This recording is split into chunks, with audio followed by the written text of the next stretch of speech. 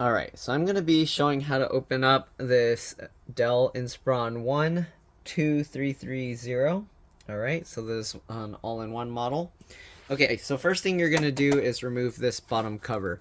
So the way you do that, I don't know if I can get a good view here, but okay, so here you can see there's these little holes. Basically you get under there and you can see you can pull this up. Alright. So let me put this back down and then see if I can show you from here what we got to do. So after you lift this up, okay, you can actually go along the side here and you can pull this up. Okay, so we're going to do that on both sides. Okay, so it's a little bit tricky to do, but basically if you get both hands, kind of lift one and then get under there and pull this up. Okay, just like this. Come on, there we go. Alright, once you get it up on all sides, you can slide this out, okay? Alright, next thing we're going to do, we're going to remove the 4 screws here holding this bracket in place. Okay, as you can see, there's 4. We're using a JAS2. You can use a PH2. You might even be able to use a slightly larger screwdriver bit, but that's what I'm using, okay? So we're going to remove those 4. Okay. Once we do that, we can actually remove the whole stand. I don't know if you can use one of those mounts, like the VESA mounts or whatever they're called. I think you can, but I'm not sure. Alright. Anyways, once we get those 4 screws off, you're going to lift from here. Okay, just lift it up like that, and then you can slide it back, just like this. Okay.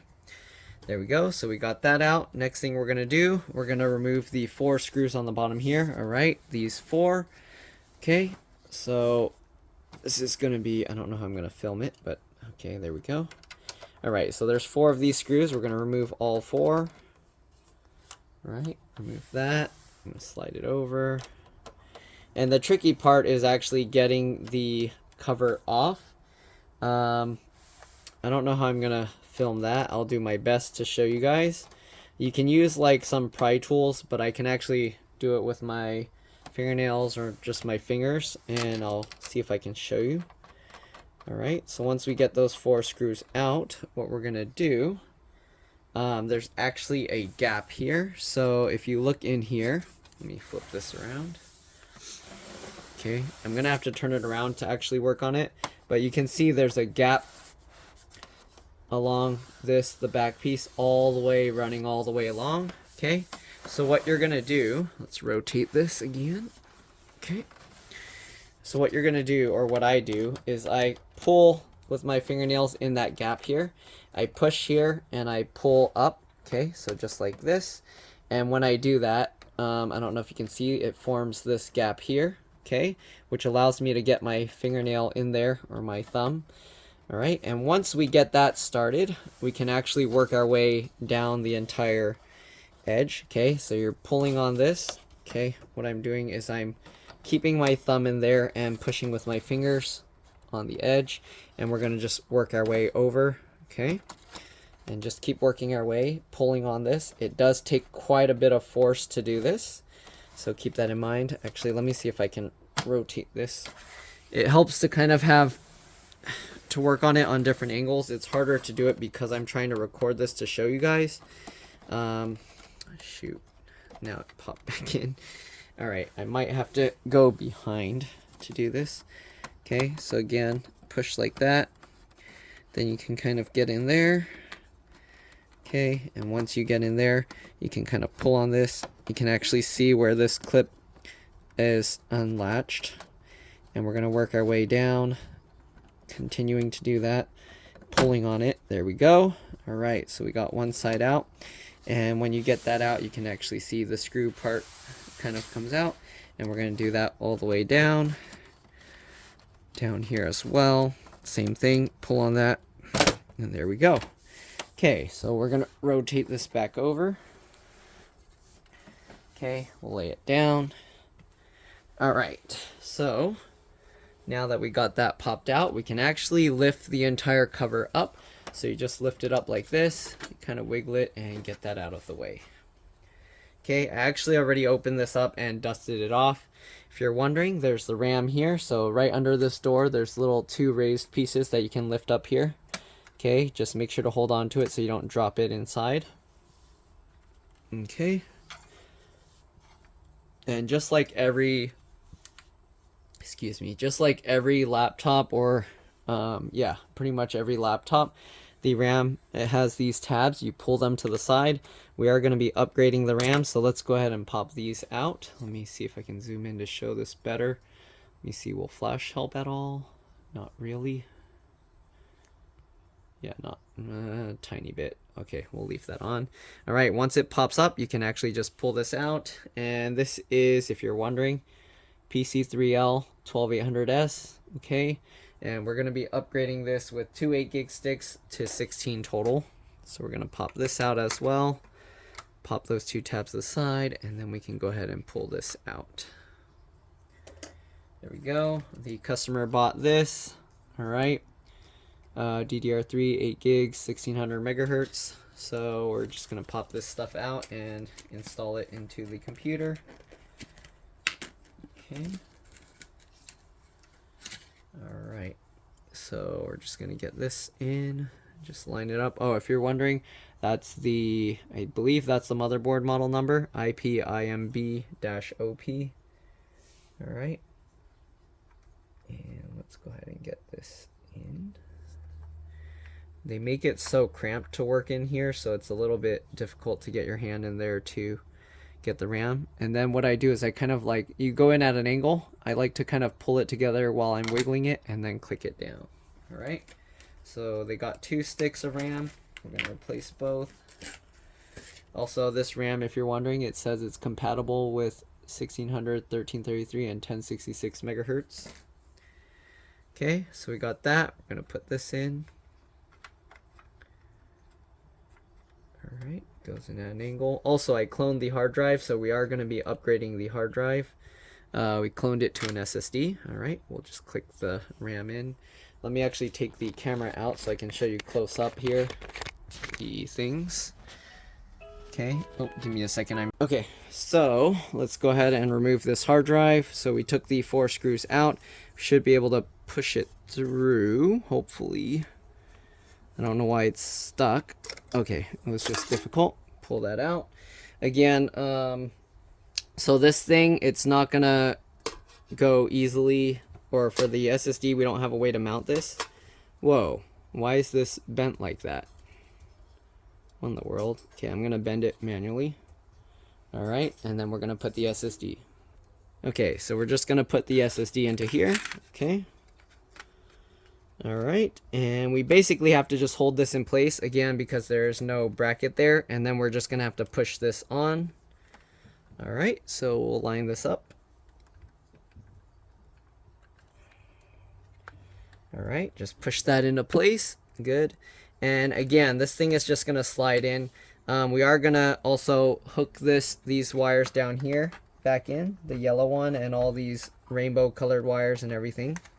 Okay, so just get all of that in, tilt that way, okay, and then before we slid it that way, so what we're going to do, slide it that way so the clips engage, and then slide it back down. Once we do that, we're going to get this screw in, okay, just like this.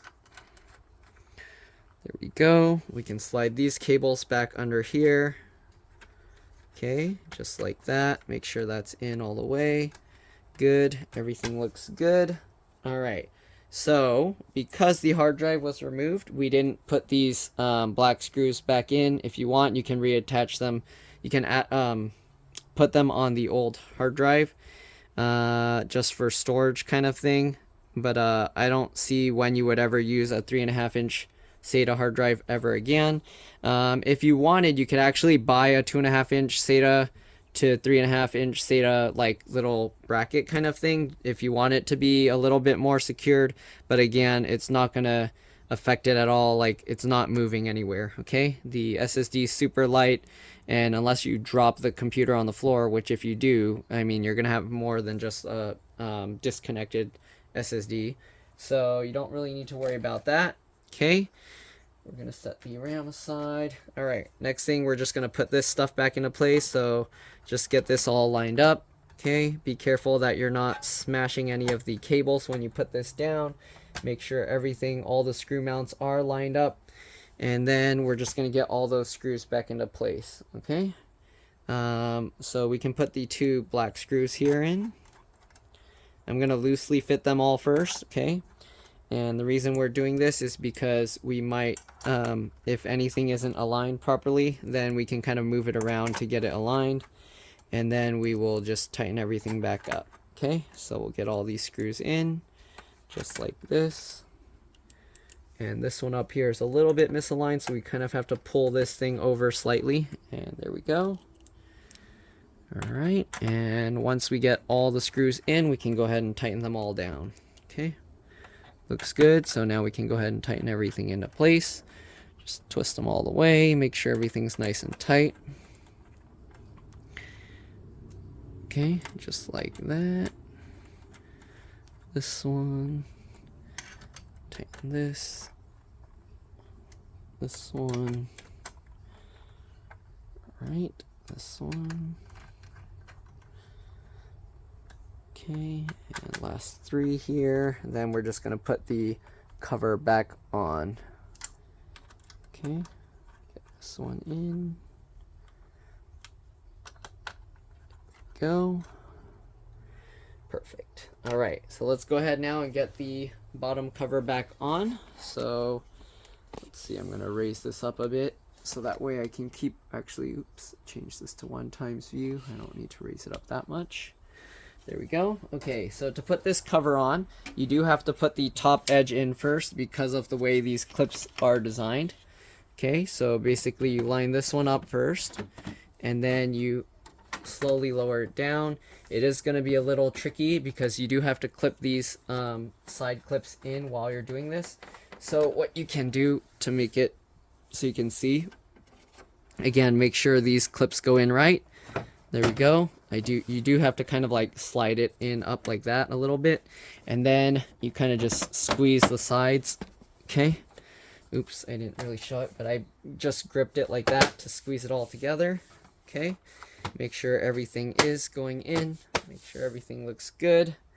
All right, next thing we're gonna do, we're gonna put this bracket back on, or the the stand. Line that up. Okay. Again, we're just gonna loosely fit the 4 screws to make sure everything lines up.